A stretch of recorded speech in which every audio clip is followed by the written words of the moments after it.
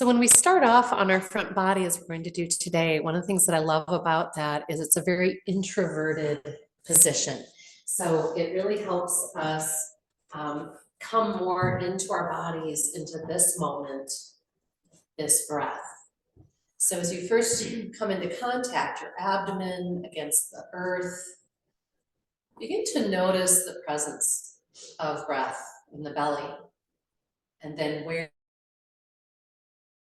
body, maybe the back.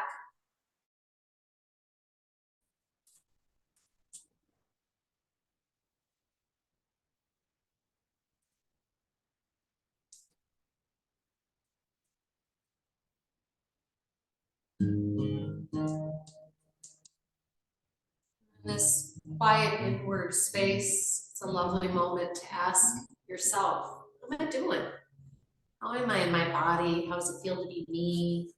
How's my heart? Does it have anything that it wants to speak? Yoga meaning wholeness, bringing body, mind, and spirit together. And when we live life from that unified place, it can be quite marvelous. Inviting you to switch your face the other direction. And we'll come into 3 sighing breaths. Inhaling slow, deep and wide through the nose. Feeling that beautiful breath wave and then letting it go.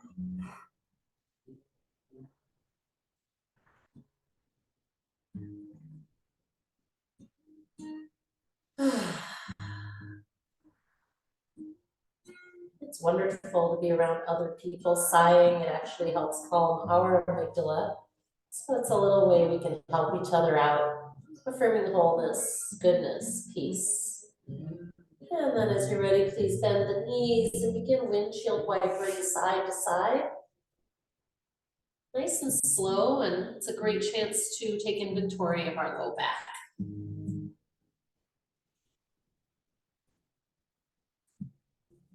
And then inviting you to keep the knees bent. I'm going to put one forearm across the front and just reach briefly with the other hand.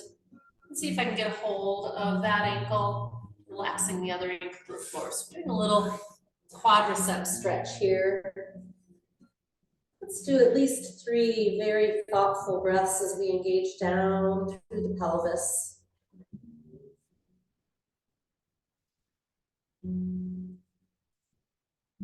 And always, of course, in your own time, making the switch. One side might feel like it calls you to stay present longer than the other.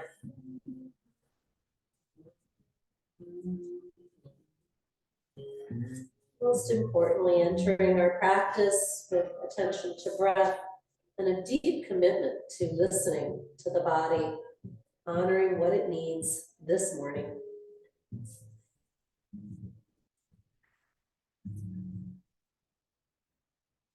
And we're going to just briefly express ourselves in forearm plank. So I'm going to encourage you, if you know that forearm plank can be a little iffy, you might just start on the knees.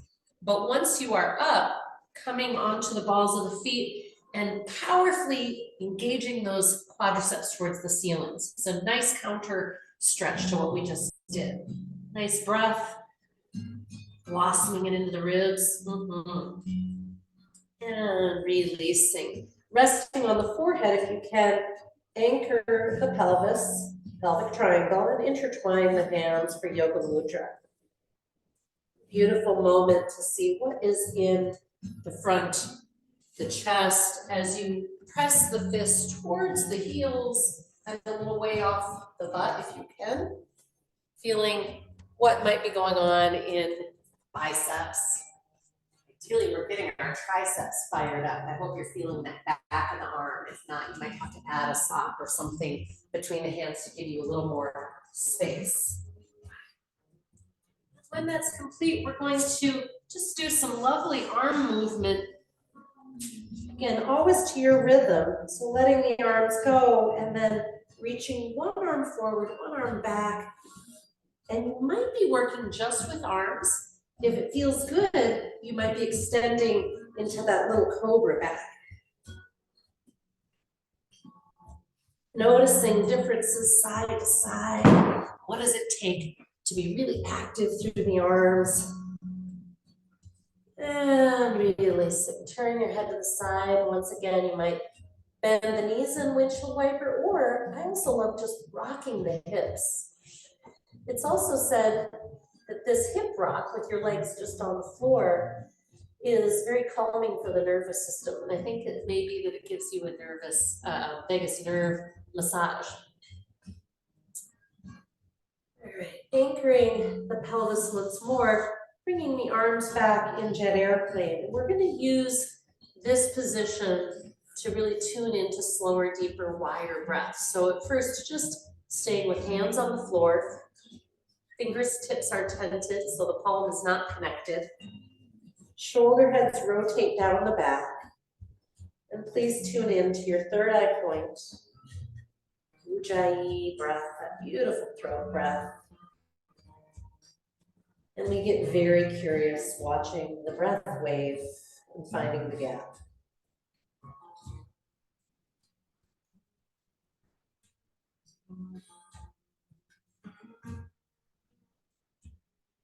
The next time you're in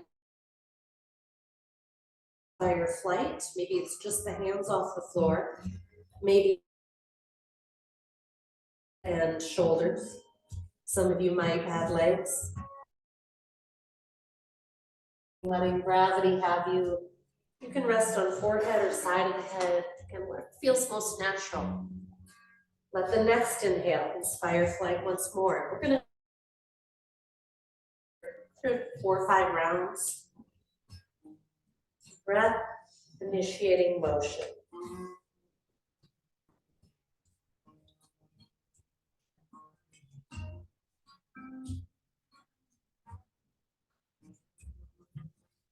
After this last one, we're going to transition to child's pose, and I like to maintain my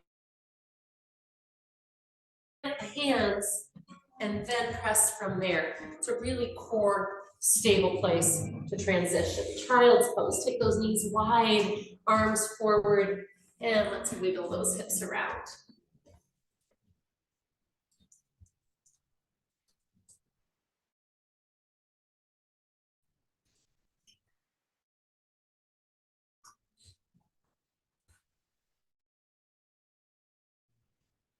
On the next exhale, tuck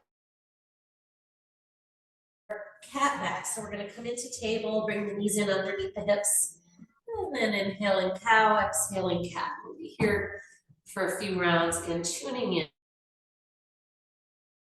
motion, tuning into the spine. Like when you let your head completely go with gravity and cat back.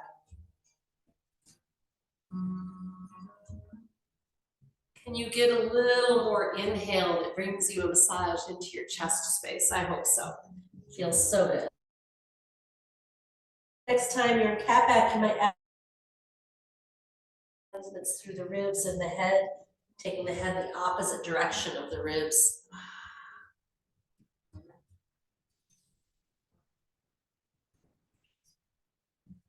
And we'll come into our first expression of downward facing dog. Take all the time you like, make it core and breath. Eyes settle between the feet, drishti gaze. And begin pedaling one heel towards the floor and then the other. So powerful to say hello to our back line all the way through.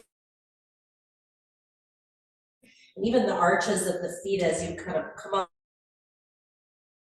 This can help warm and lubricate the whole fascial line.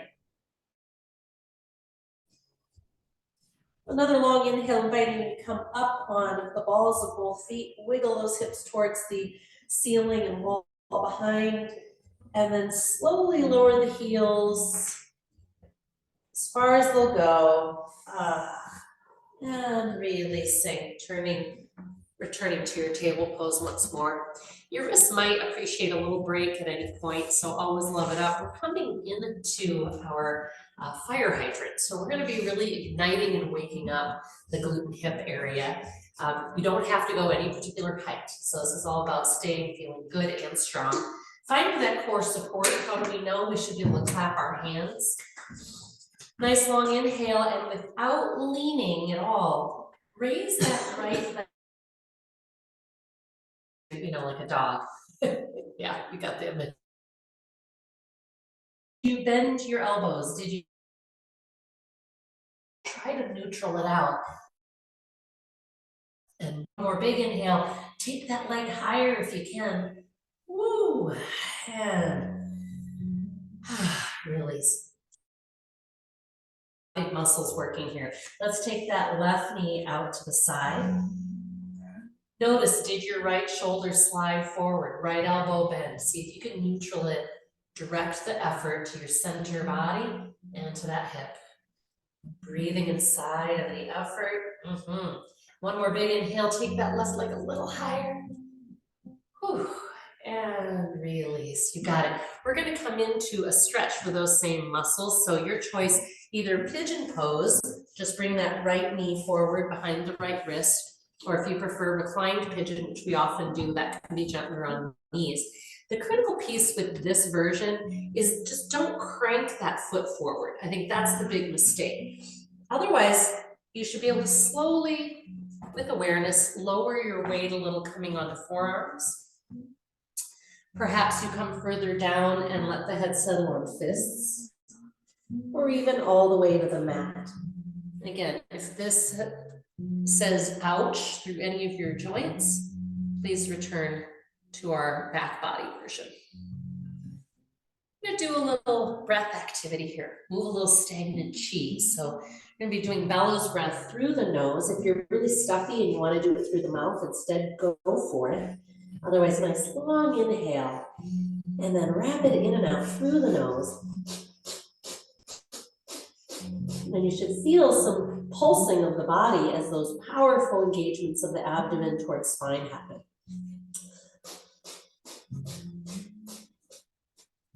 And then a long inhale.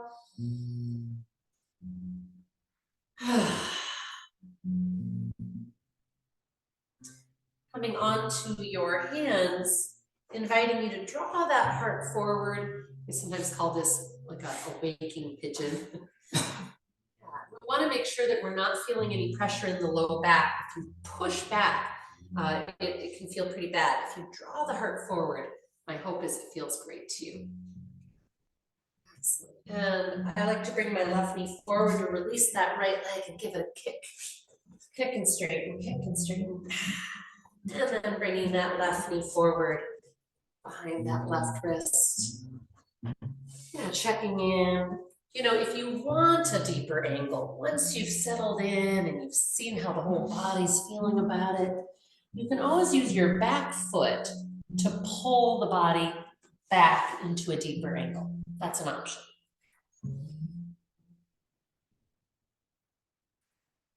Using the breath as the change agent, send it in there.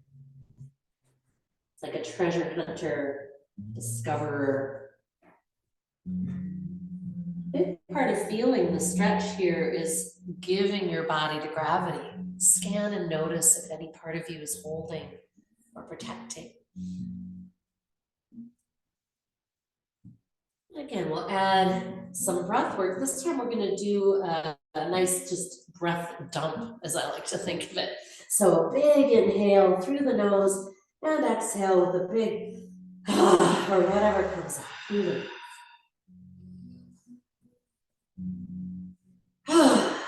any hurry and worry, or just any sense of pent-up energy.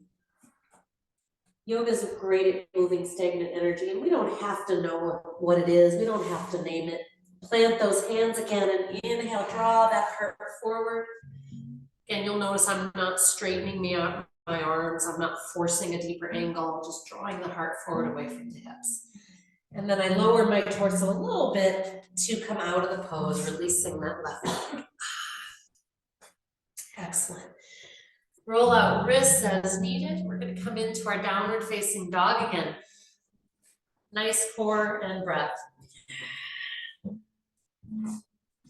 So your option here to hang out in the downward facing dog, we're going to be doing a hip add-on And if you don't like this version of it, you could do the one in table that we just did, the fire hydrant. So taking your right leg flying, nice and slow, again, check that you've maintained stability through the torso. Bend that right knee and open that right hip up. Sending your torso towards the standing leg will continue to give you integrity. You can feel so much more stable and stronger. One more big inhale. See if you can get your right hip a little higher, your right knee a little higher. And slowly release. We're going to bring it into pigeon one more time, just briefly. Settle down. Ah.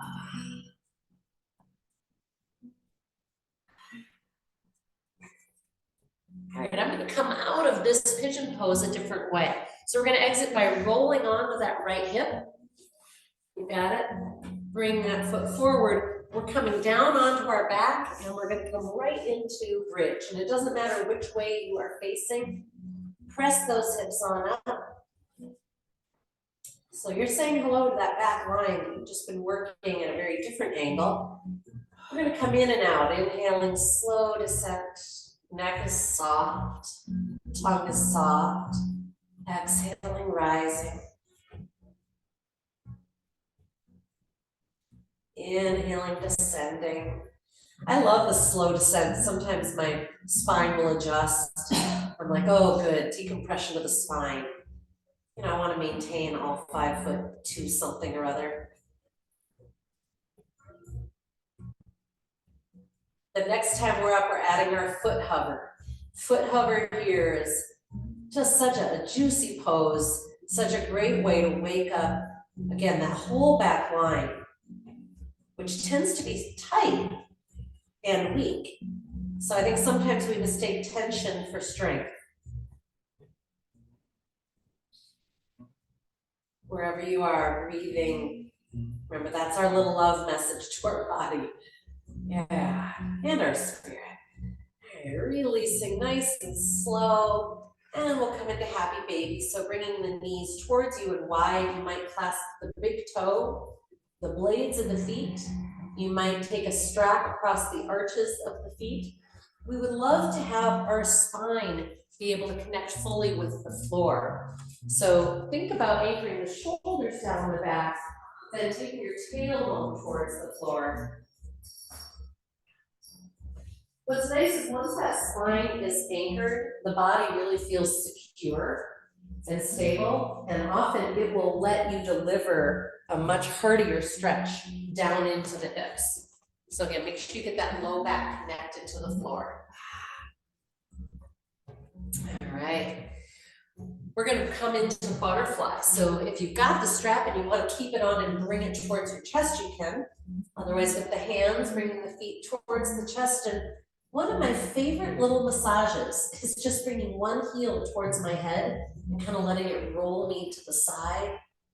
And then the other. And I find I get a lovely little extra spinal twist and movements through the ribs and hips. Some of you might enjoy adding a sit-up motion, like you want to kiss your toe. And then we're going to spinal rock up to seated. It's really just a transition, don't get excited. And we're going to keep that left knee here while we take that right leg back, coming once more into our pigeon pose here. Go ahead and wiggle those hips on in, use that back foot to pull a little further back. Let's see what's here. All right, as you're ready, you're gonna take it up to downward facing dog with that leg flying. Again, if that doesn't feel great, go to table with your fire hydrant. Take that left leg up.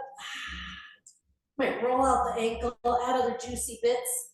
Take that left knee open.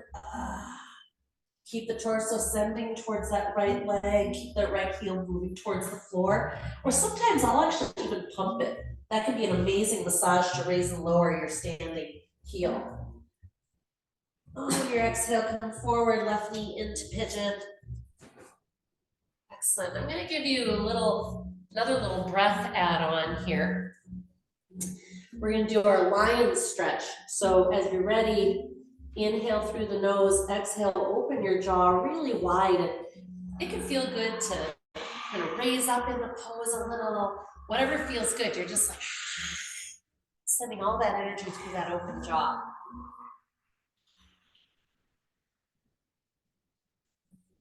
Sticking the tongue out can be marvelous, lubricating the throat tissues.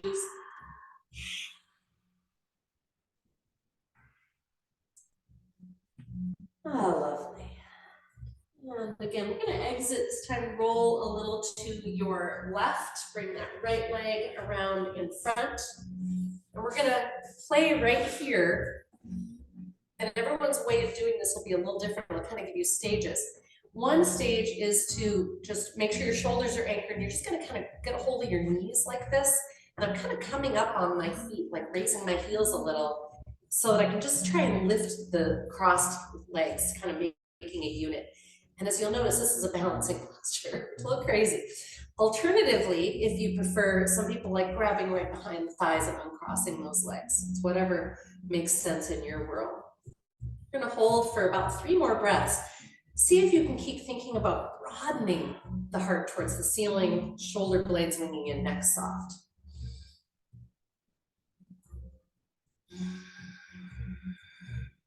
If you want to release those arms for this last breath, it's always easier when you know it's only 1 more breath. And release, slowly roll on down. Nice long inhale, anchor those upper arms. Ignite your feet, and exhaling, rising into your bridge pose. Inhaling, descending. We'll do that a few times and then hold. As we're coming in and out, you've got a wonderful chance here to scan for some position things, like are your feet anchoring and enlivened? Is your neck working? We want it to be relaxed, so tilting the chin up and back can help. Next time you're up, invitation to hold and perhaps intertwine the hands behind the back. Walk those shoulder blades, walk them in. Yeah, so you're trying to get your heads of your shoulders towards each other, towards the spine. And as we hold for about 3 breaths, igniting the arms down and the ribs up will bring you, I hope, a beautiful edge. Sending knees away from you, heart up and back. Slowing the breath, 1 more. And releasing slowly on down. Ah, lovely. Knees to belly, or I know sometimes after bridge, I feel like I need to straighten the legs, give my hamstrings a little counter stretch. Yeah, it can feel really good.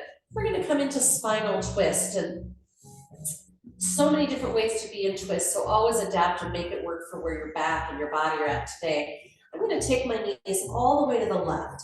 I've got my feet flexed, so it's one nice solid unit. Using my left hand to anchor the thighs, and then reaching out behind with that right arm, inviting the head to rotate. Adding little explorations, maybe the arm is sweeping up by the ear to reach behind you and so on. Some people like reaching across the body, a nice circle. On an exhale, inviting you to plant the hands in a T.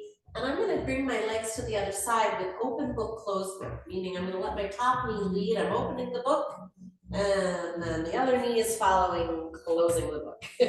Try to have those knees straight forward of the hips, and opening that left palm to the ceiling. Perhaps the face is following along.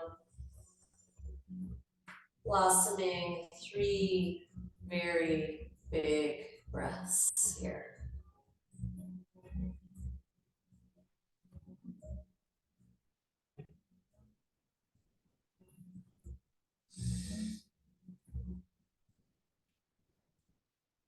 Nice. We're going to go into open book, closed book. So I'm going to bring my hands out to a T and then let the knees open and close. And I'm going to let my arm and my body follow. And again, open the top leg and then the other one follows. So you're kind of going in and out of spinal twist with breath. And this is just awesome for those hips. You know, we don't get a lot of shapes in daily life where our knees are wider than our hips. And this one's lovely because we're not standing, there's no weight bearing.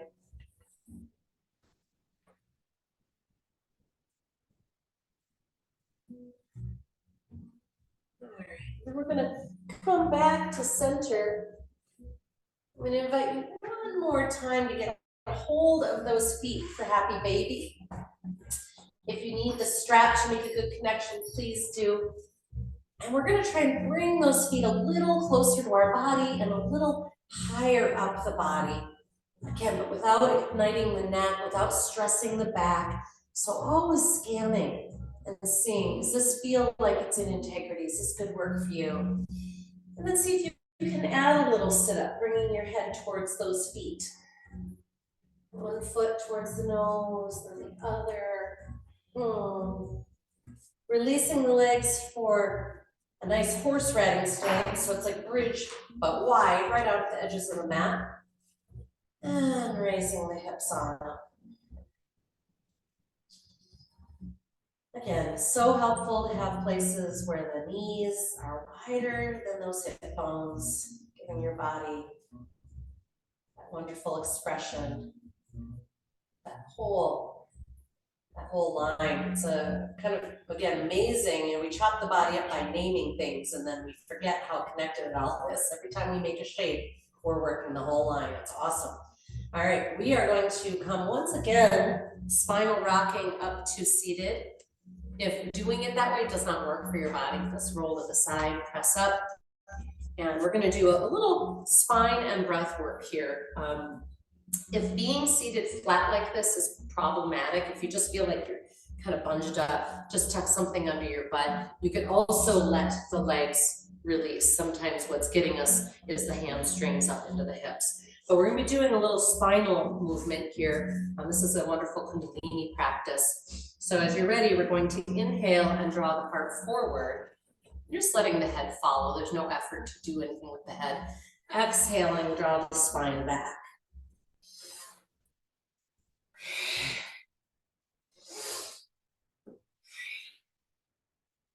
So it's like cow-cat in a seated position, but it's offering some wonderful lubrication pumping through the hip joints and the lower spine in a unique way.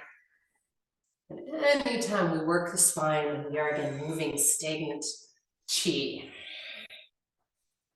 creating a beautiful room and space for life force to flow in the conduit of our spine. Maybe you want to speed it up.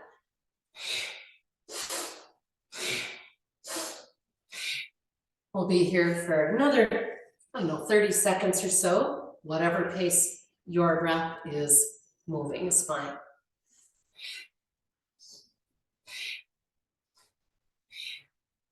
If this just is not working for you for any reason, you might enjoy cow-cat instead.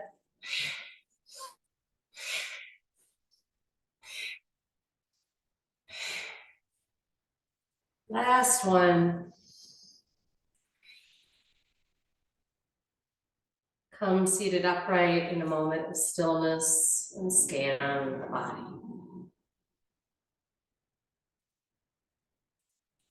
And you're ready to return to movement with me. Plant the hands, nice intelligent hand position, shoulder heads anchor, core support, and either step or jump back, downward facing dog.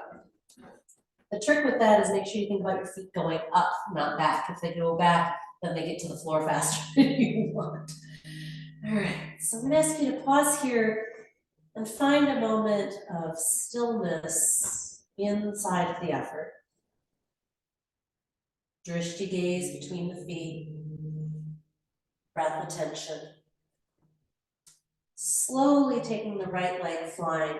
Again, if this is just too much, it adds too much shoulder, neck stuff, leave this out. Go to table and do like out to the side, fire hydrant. Otherwise, open that right hip up with me. And then slowly bring that right foot forward. I probably should have warned you, some of you might wish you had a block handy, but here's the thing, we're gonna stand on that right leg, but it doesn't ever have to be straight, okay? What's critical is that that hip is not swinging out to the side. So as you're ready, with awareness, launch onto that right leg, let the left leg extend behind, and let your torso fold. And if this just still feels like too much, you can use a block or even two.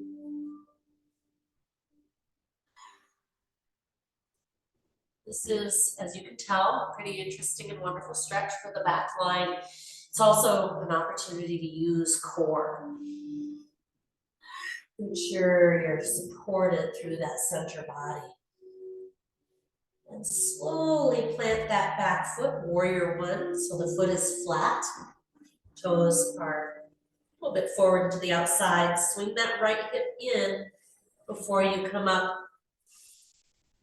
Nice horse forward. Pause. So coming upright from that deep of a fold can be a little bit of a balance challenge. Just steady yourself and ground. Notice if there's any depth you can create here. Maybe it's just scooching that front foot forward a little bit. Maybe it's reaching a little higher, and maybe you want to tilt your hardened head up. That will intensify this whole line of stretch into the front left body. We're going to be journeying into jet airplane from here, just the upper body, feet stay as they are. So as you're ready, slowly hinge at the waist. You don't have to go very far, but you could go all the way to parallel with the floor. Always imagining the shoulder blades sliding down away from the crown and crown reaching. One more big breath.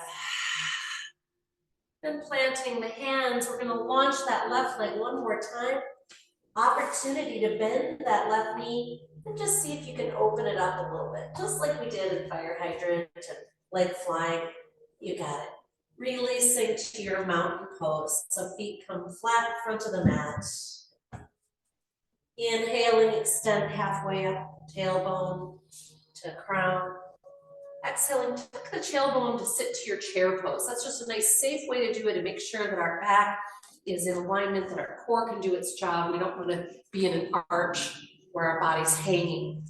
If you'd like a little extra balance challenge, come on the balls of the feet. Slowly releasing, root to rise, big glute squeeze. Is there more inhale? Exhaling, resolve to your prayer hands. You might even close the eyes and tune in towards your breath, red heart, your happy toes reaching for the earth. On an inhale, sweeping out and up. Exhaling, fold. I always bend my knees as I go into that fold. Again, that's about keeping that back very safe. Inhaling, extend halfway up. Exhaling, stepping or jumping back, downward facing dog. We're going to be doing our leg flying again, and table is your alternate. Fire hydrant. Let's take that right leg flying. Open up that hip. Check in with your shoulders. Keep them pushing through the palms to raise that knee higher and back. Exhaling, slowly neutral that hip and bring that right foot forward. Remember, you can always grab it if you need to get it forward. And we're going to take a moment here and just sort of shift our weight forward and back. I actually find that when I push my hips back, it gives me another wonderful hamstring stretch. Anytime we can warm those beasts up, it's a good thing. As you're ready, launch that left leg straight back. Again, check, you can even look under yourself. Check that your toes are pointing straight down, heel flexed, that your hip is not winging out to the right, that your leg is straight back as well. Holding, breathing. Can your head let go here? Can you divert all of the power to breath and center body? And as you're ready, you'll slowly lower that left foot. Okay, how did we end up on the same side? Again. We don't want to do this side again. Switch. Left leg forward, raise that right leg. This made complete sense when I did it this morning in my body. All right. Let's raise that right leg and open, open, open. I did do the other side, right? Yeah. Okay, I don't know how I did that. All right, thanks for bearing with me. Yeah, let's slowly lower that leg into our warrior one. Steer the left hip bone back, right hip bone forward. Again, if you ever need support coming up, you can place your hand on your thigh too, otherwise, nice and slow. So I'm feeling this powerful line from the heel to the crown. And of course, that beautiful back body that you've been waking up. Here we are in our warrior one, shoulders sliding down, light connection with the tongue, soft gaze. And if you ever feel balance challenge, root in particular through the ball of that big toe at the front. It's marvelous. We're going to slowly raise the chest up, or at least I am. I love that on the other side. Again, that line of stretch through the psoas, which we sometimes refer to as your fight or flight muscle. Transitioning to our jet airplane, lower body stays. We hinge at the hips, waist. Scan the neck, get long. You might almost even feel like you're tilting your chin underneath you like a little double chin. Yeah, you guys look good.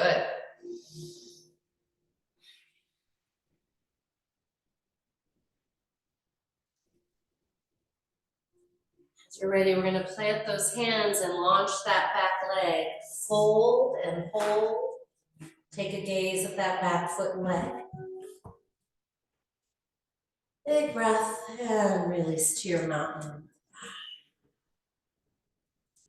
Marvelous. We're gonna step our feet sideways and straddle. We've got a big enough space here. You can go whichever direction you want without ending up nose to nose with somebody. Yeah, taking those feet wide. This is where a block sometimes can be helpful too. If having your hands all the way to the floor is just too much, give yourself a little extra height, or you could even be up on knees. Otherwise, journeying side to side, I'm hoping you can get an awesome massage going for all those hamstrings and quads and T-bands, yeah. One of my favorite stretches that I never know what to call it is just dropping your butt to one heel and extending the other leg. And if you just let that foot rotate up, it can get you nicely into your thighs. And then if you add a little reach of the hands, it's pretty incredible what that does. At least in my body, I have enough tension. You may not have enough to get that stretch. Make your slow journey to the other side. But again, if getting all the way to the floor is problematic, you could just have one elbow on one thigh so that you can kind of extend that leg and experience that stretch. Or you could just keep going with our regular straddle too. Yeah. Ooh. So often, when we feel tight in our neck, it could be coming from this whole lower body. And the fascia connects all the way through the sole of the feet to the crown. Let's come to our center. I'm going to place my hands on my thighs. I'm going to take a nice long inhale and extend my spine right here. So kind of a little bit of a tabletop, but not quite. You got it. Exhaling cat back. Let's do that one more time. A little kind of cow cat in our squat. You got it. And then we're going to do abdominal pumping right here. So you want to create a flat back. It doesn't have to be parallel with the floor. It's just flat. Take a nice long inhale. Exhale. Empty all your breath. And then draw your belly towards your spine. Then let it go. And let it go. And so you're holding the breath out the whole time, but you're creating this pumping in the spine, in and out, or in the belly rather. When you're done and you need to breathe, stand up, sweep, big inhale. Exhaling, prayer hands. Do that for another round.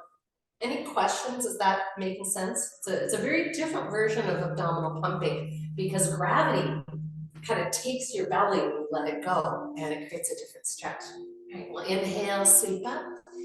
Exhale, we're gonna fold. Empty your breath. Plant your hands on your thighs, straighten your back, and you're ready. Draw in and out, in and out with the belly.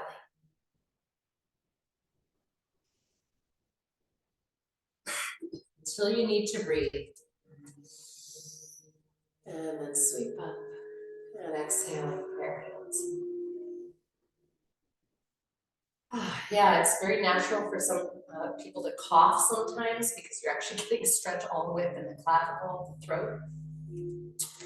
We're going to be doing a standing breath pose, and you can have your feet however you like. If you kind of like this big straddle, I tend to bring it into kind of more of like a goddess squat. You can even do it standing in mountain. But we're going to take our fingers and we're just going to curl the last digits, the last part in like that. So it's just sort of a little, it's not a full fist. And then the thumb is kind of up like this. So it's sort of like you're saying, yeah, except you've got this kind of funky little thing. But if that gets uncomfortable or crampy or weird, change it up however you need to. What is really important and valuable is that we've got this beautiful activity through the arms. And I sometimes do it right here because this is where I can feel power in my arms without taking on tension in the neck. A lot of times it's done up in a V. And again, this is a wonderful Kundalini practice that I always love for kind of energy gathering, energy shifting, detoxing, you name it. So if you get lightheaded and you need to breathe through the mouth, make adjustments as you're ready. Nice long inhale, and we're going to be going with that same rapid bellows breath in and out the nose. And if anybody needs a Kleenex, let me know.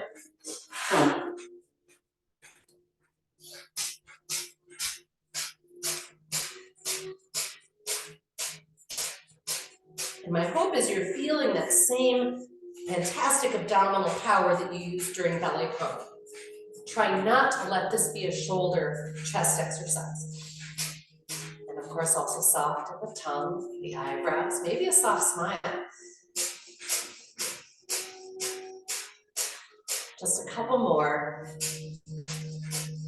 And then a long inhale. Think about bringing those thumbs up to touch each other. Nice and slow. Inhaling. Is there more? Exhaling for your hands. Intentional palm to palm, thumbs connecting at the heart space.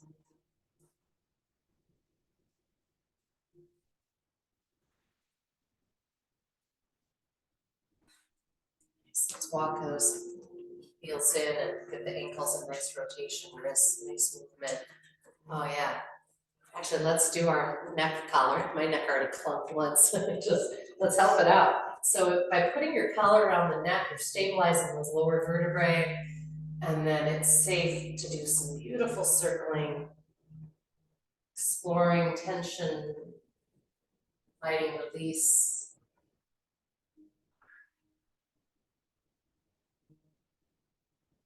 You might want to give yourself a brisk scalp rub.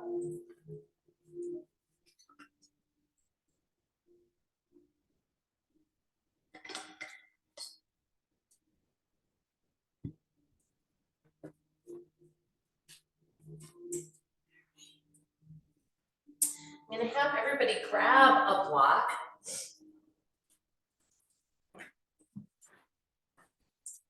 Two can actually be helpful sometimes for this. I did not warn you to have two, and you definitely want a firm block though, not just one with soft squishiness.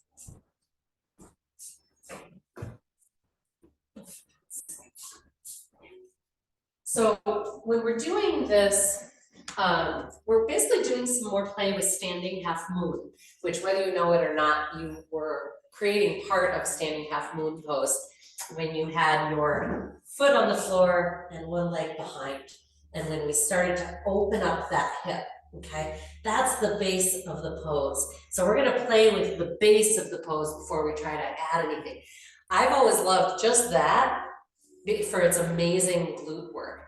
You know, unless you walk backwards during the day, anybody ever do that? Or you do pretty intensive hiking uphill, etc. Most of us are not really firing up the glutes in this kind of way. And it can be really transformative of just how upright we walk and all of that. But it's really critical as you're doing this, again, that you're not feeling icky in the low spine. So if at any point you want to return to doing a little more fire hydrant, feel free. It's never a waste of your time. All right, we are going to check that our feet are parallel. And then we're gonna fold, and if you want, you can have a block or something. I find it helpful to have something firm because it is a bit of a balancing posture. I'm using a soft one, that's all right.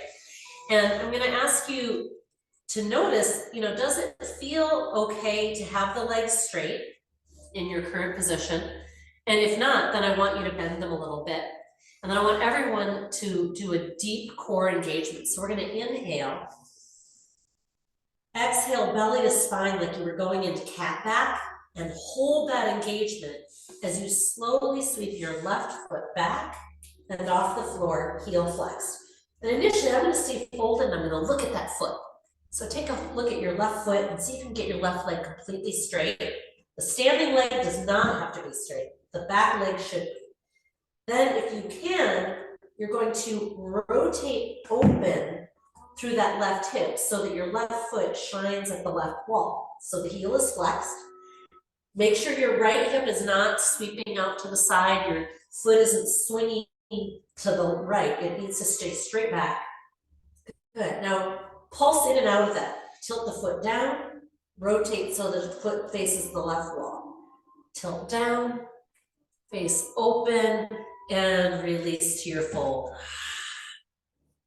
Inhaling, extend halfway up. Exhaling, tuck the tailbone, sit to your chair, or by the way, bar stool will be just fine. Inhaling, root to rise, big glute squeeze, pushing the ceiling away, and prayer hands. Any questions? Are you guys all finding something that feels good? You look good. I peeked out there. I'm seeing those feet make that movement. Yeah, okay, good. Let's do the other side. Inhaling, sweeping out and up. Enjoying the fullness of inhale. Exhaling, fold. Again, knees bend, and we explore. What is our best foundation for this pose? Bent or straight. And then I'm going to slowly take my right leg back. I'm going to fold, commit to my core. Big inhale, exhale. Keeping that foot flexed, I'm going to rotate the right hip open and then neutral it. And it's interesting to notice, is this side different? I've got one hip that's clunky. It's got a completely different experience than the other side. And eventually returning to your fold. Marvelous. Inviting you to come on down to your butt. Bring those legs forward a moment and just give them a whack. I'm going to show you what moving into the standing half mountain looks like. And I find there's also a version with the wall that can be lovely, where you do this and the wall gives you the balance support so that you get the effort and the stretch and the extension. So that can be kind of fun. And if you've got a wall at home and you want to do that, you can. So for this to work well, I find, again, it's helpful to have a hard block. You can put the block in any dimension, that you need to. You just want to make sure you're not going to fall over or what have you. There are different ways to come into this pose. So you guys were with me just now doing it like so, right? We were coming from a forward fold, and then you would just want your block so that it's easy for you to take that floor hand. It's just different depending on your dimensions. I usually just put it straight in front of the floor foot. And then the first step after you've gotten your base is to just see if you can raise your floor hand to the hip. And I'm really looking at my floor foot, talking to that big toe to keep it rooted. Woo! As I begin to rotate that hip open and away. And eventually getting the shoulders stacked. You might fall out, but you're in your core, so it doesn't matter. You just launch back in. And eventually, whee, you might be able to raise that other arm. So you can see what I mean. It's just a hell of balancing. It's so fun. Anytime we're sideways, our balance is so wacky anyway. That's why gate pose is kind of intense. So that would be a great alternate, in fact, to this. If you're like, man, my ankles would not like this today, or my, whatever, my low back is feeling kind of funky. Gate pose would be a more stable, steady expression of your body in a lot of these alignments. So you might prefer that. The other way to get in there that is interesting and sometimes easier for people is to come from kind of a warrior two lunge. It's basically where I was when I fell out, right in the pose, and then to launch from there into it. I'm definitely not finding it easier today, but it might just be that I've overworked that leg, but you get the idea. But critical to this, and it's the same with gate pose, is that We don't want to just like add our arm and be like, see, I'm in the pose, I did it, when you're really not. It always starts from the base up, okay? So we're gonna just play with this one more time. Again, your great alternate would be gate pose, which I think everybody in here is familiar with. Just in case somebody's on the video watching this later, it's coming from table pose, placing one foot back, and it's that same thing of making sure that hip is not swinging out behind you before opening up, okay?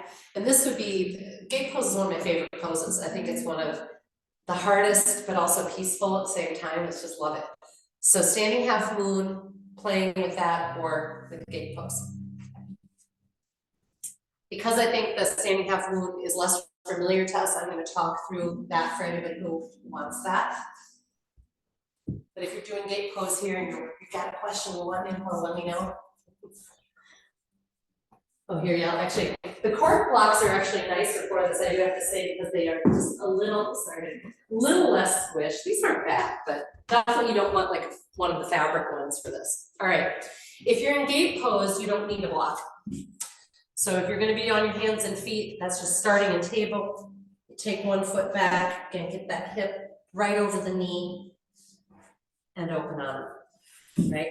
Again, sometimes I'm like, I'm gonna just put my hand on my hip first. And in both of these postures, the key is that glute action of the standing knee or leg. So if you're coming into standing half moon, taking that left foot back, for example, opening the hip, and it's that glute action on the right side, sending it towards the center line of the mat that really makes the difference. And then taking the hand to the hip, getting flat, etc. And what I love about this is whether or not you actually, like I keep falling out, whether or not you ever get into the pose, you're getting all this great activity. And these suckers stabilize those hip joints. Yay for healthy hip joints. You guys look great. All good yoga should be a little humbling, you know, we should fall out and come back in. And I love when people's responses to giggle. So yay you, thank you for having that response. So again, if I'm preparing for standing half moon, I'm in my core and taking my right leg back, it's the action in that left hip, left glute, sending towards the center line of the mat that allows me to be in my base, that big toe of the standing foot. Yeah, you guys are looking great. Love it. Something else for those of us that have a lot of hamstring tension, the bench that I would love to show you this with is at the back of the room, but this will make sense too. If you're at home and you want to play with this again, try it against the wall. So your wall would be at your back, but also if you go to something higher, like even a dining room chair, right? Do you see how this could allow me to experience some of the intensity, but without it being too intense, because this leg is has an easier time straightening because there isn't the hamstring challenge. So if this is kind of appealing to you, but you're like, man, my hamstrings are so tight, but my knees bend so deeply, I can't really experience the balance in the asana. Doing this at home with your hand on a bench or a chair that's stable can be really, really fun. All right. Hopefully you've got your hips and butt a little sore and it got you a little hot. Yeah? Excellent. Thanks for playing along. You guys are awesome. We're going to come down and do a little therapy first in bridge pose. So when you're ready, come on down. Have your block handy. We're going to take that block right between the thighs, because what I also want to do is make sure that that inner line of the hip girdle and all that supports it is very strong. So as you're ready, we'll be coming in and out of bridge. Nice long inhales if it's all you'd ever do. Exhale, belly to spine, spine to floor, and raising the hips on up. Is there more? Keep a good squeeze on that block as you inhale and descend one rib at a time.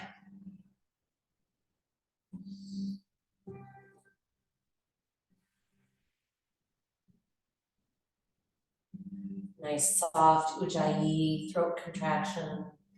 light connection, just tip of the tongue. These are the messages to the body of well-being. So even if you've been through a lot of instability like we just were, the message is, hey, we're good. That was just for funsies. I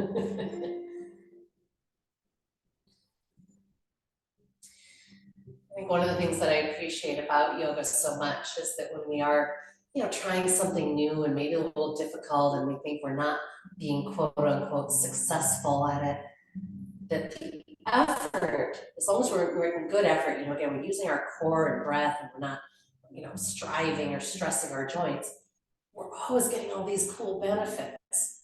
So it was not a waste of time or a failure.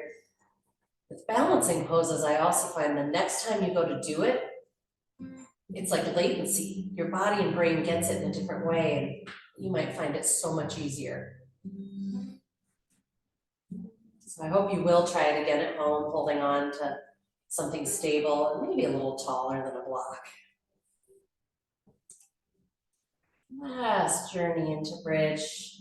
Your option, if you'd like to hold for one last expression of bridge, you can intertwine the hands, maybe non-dominant hand clasp, meaning opposite thumb coming on top. This is so good for our brain.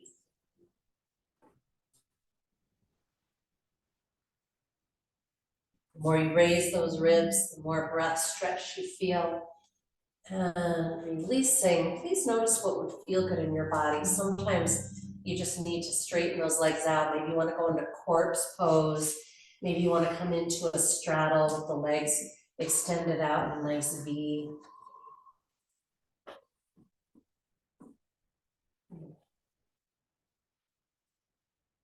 And we are going to connect our whole body with the earth in corpse pose when you are ready. If being with legs straight here is not great on your back, then just bend the legs or put something under the knees like a bolster.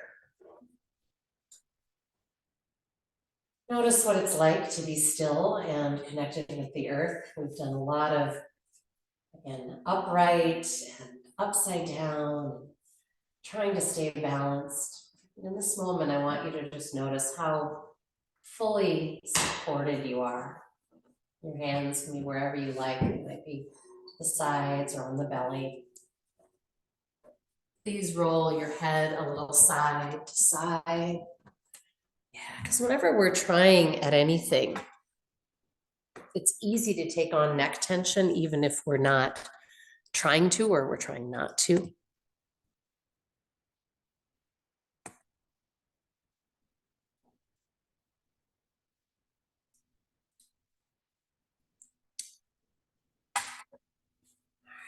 We are going to come into some three-part breathing. And I'm just going to take you briefly through each of the three breaths. So I'm going to have you take your hands on your lower abdomen. And it's like I've got my fingers almost right at the pubic bone. Okay. So enjoy a nice inhale. On your exhale, empty as completely as you can the area under your touch. Just get as much exhale out and get these belly muscles involved. On the inhale, try to blossom the breath into the area under your touch.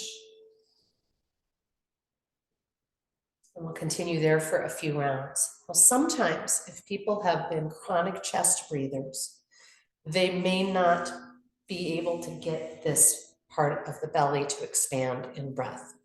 And if so, that's good information and something that we want to work on activating the abdominal breath. And this breath practice can help. We're going to move up to diaphragmatic breath, and there are two different hand positions. We'll do them both. One is just take the hands straight up until the thumbs land right at about the kind of under the breasts, if you will, just right up high.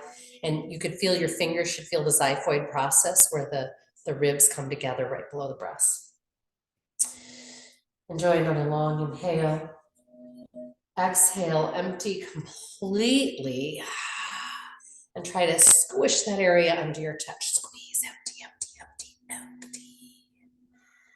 And of course, as you inhale, invite that area under your touch to expand.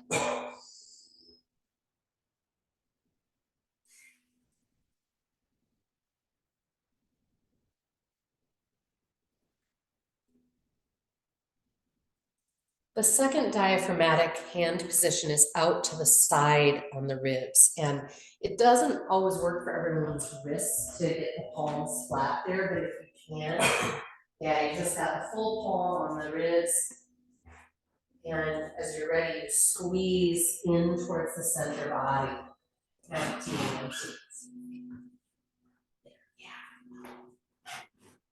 So with the hand in that outer position, you can kind of encourage the ribs to actually squeeze in. And then on the inhale, I hope you get that wonderful experience. I think of it as like gills of a fish expanding against your hands. Yeah, you guys look good. The third stage is the clavicle breath, and that's with the fingertips right up here at the base of that soft area of the throat. We, again, focus on emptying the area under our touch. Maybe pretend you have a small elephant sitting there. And then on the inhale, expanding that area under our touch. This will usually only happen at the end of the inhale, because that's when that upper lobe of the lung expands, not at the beginning of the breath at all. So you've got to be a little patient.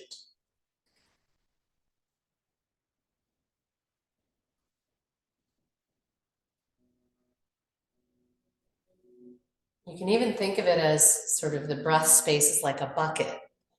Mind you, you're laying down, so it's a sideways bucket, but bear with me. And then as you're breathing, it's the lower part of the bucket that fills first, and then progressively on up. And it's only at the very end, as you keep breathing and keep breathing into the bucket, that it overflows, and you feel that wonderful expansion through the clavicle. It can even lift part of your trapezius muscle in a marvelous way for those of us who are tight there. If one of these three stages was particularly challenging, you could tell it's just hard to get the body to activate, you might just want to focus on that area and keep working that. Otherwise, I'm going to string it together, all three parts in one breath. It goes pretty quickly, and you can keep your hands on the area of most challenge or move them along or just have them relaxed, whatever you want to do. Nice long inhale. Exhale, empty completely through all of those areas. And then on the inhale, invite into the lower belly, the diaphragm, the clavicle.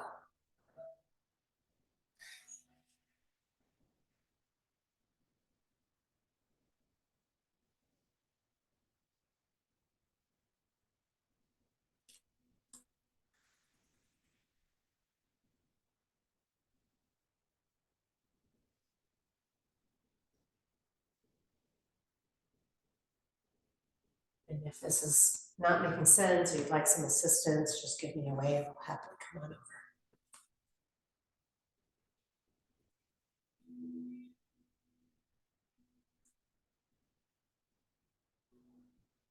Please notice, is this the way you already breathe? Not this extremely, obviously, but do you already breathe in this way where the belly softly expands as soon as you start to inhale, and then you feel a breath wave up the front and the back body? I hope so. That would be wonderful. But if not, notice that too, and make a commitment to attending to the breath a little bit every day. So we started our practice by encouraging everyone to do a few minutes of breath. If you're needing to kind of retrain your body into deeper breath that includes diaphragmatic breath, which is what we just did, compression and expansion breathing, first thing when you wake up in the morning in bed can be marvelous. So you just get that complete emptying until you can't whisper, you've got nothing in there. And then usually that inhale will flood the body in the most natural way that it's supposed to. Sometimes it takes a few rounds, but just making the effort, I guarantee, will change and enhance how you breathe. And those of us who do breathe in the right way, but maybe kind of shallowly, you'll experience some enhancements as well, and pretty awesome. All right, I'm going to ask you to notice what, if anything, your body's needing in terms of any further stretch, any further support for your yogic sleep shavasana. Maybe you want to add on a layer And I'm coming around with a shoulder press today. If anyone would like me to skip them, please just raise your hand in the air.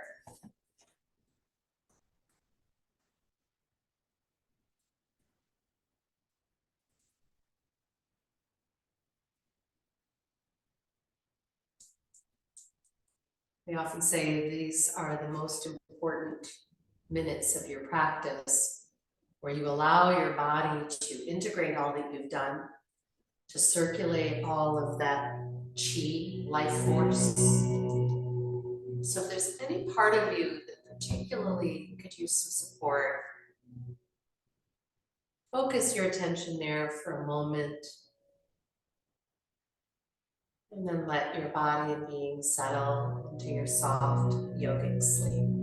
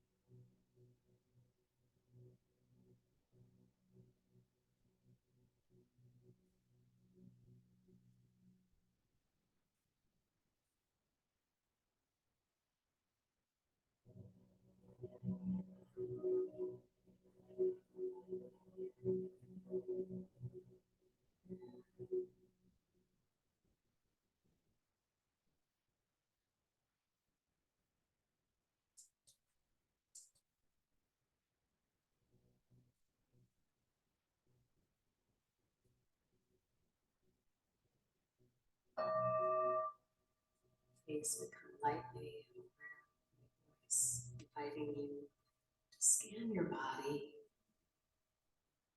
Notice the presence of, I hope, abdominal breath. Simply ask your body to share any wisdom messages. What's needed today? What would create greater wholeness in your systems?